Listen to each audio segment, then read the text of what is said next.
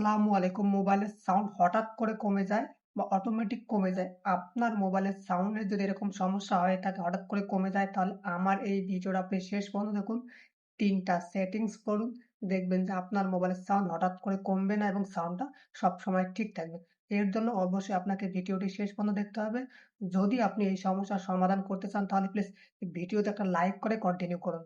মোবাইলের সাউন্ড হঠাৎ করে কমে যায়, এই সমস্যার সমাধান করার জন্য প্রথমে আপনি আপনার ফোনের সেটিংসে চলে আসবেন।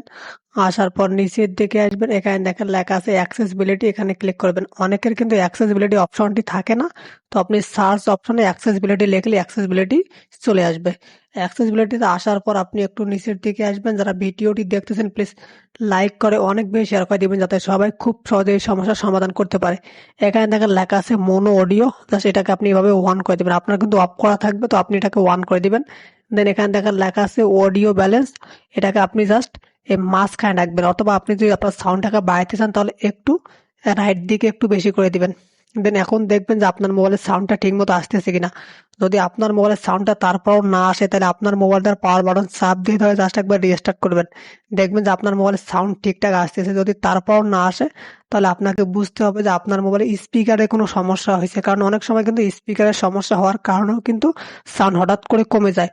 অথবা আপনি আপনার ফোনের যে ওপর যে ভলিউম বাটন আছে, এখানে চাপ দিবেন।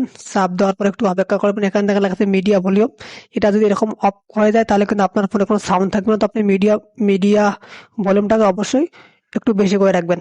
দেন তারপর যদি দেখেন যে আপনার সমস্যার সমাধান না হয়েছে, তাহলে অবশ্যই আপনাকে একটা মেকানিককে ফোনটা দেখাতে হবে। আশা করি বুঝতে পারছেন। যদি ভিডিওটি দেখে আপনি একটু উপকৃত হন, তাহলে প্লিজ লাইক করে শেয়ার করে দেবেন। ধন্যবাদ সবাইকে।